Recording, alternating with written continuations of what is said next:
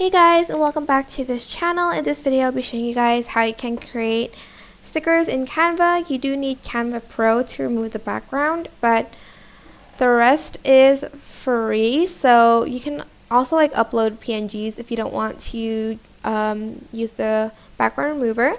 Select uploads and select the picture you want. Oops. Like so. Go to edit image and go to background remover and just select it.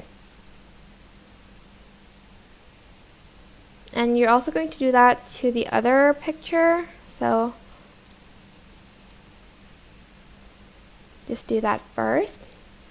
Now I'm just going to select this lined paper for the background, optional.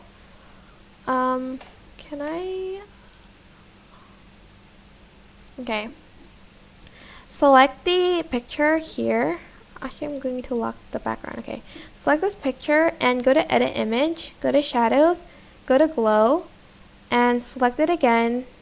Make the size around 15, transparency 100, and the blur to 0. Then you're going to select the white color for the sticker outline, and you're going to do the same thing for all of the stickers you want to make. And again. And that is pretty much it, really. Super simple, but I hope this tutorial was helpful for you guys. Don't forget to like, comment, share, and also subscribe to this channel if you haven't done that already.